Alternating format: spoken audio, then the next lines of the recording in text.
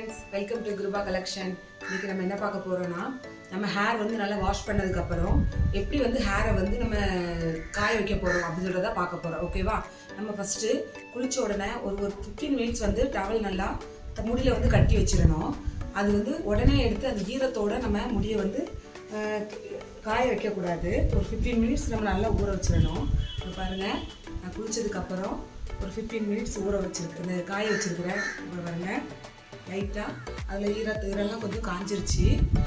இந்த மாதிரி டைமில் நம்ம இந்த டவலை வச்சு இப்படி ஒவ்வொருத்தர் என்ன சொல்கிறேன், இப்படி நம்ம ஹேரை வந்து நம்ம ரொம்ப அடிப்போம். அப்படி ஹேர் அடிக்கக்கூடாது. அப்படி அடித்தா ஹேர் வந்து ரொம்ப ஃபால் ஆகும். அதனால் நம்ம வந்து என்ன பண்ணணும்னா, நம்ம வந்து கையை வச்சு தான் நம்ம கொஞ்சம் ஒவ்வொரு ஹேரை இப்படி நல்லா பிரித்து விட்டு நம்ம காய வைக்கணும்.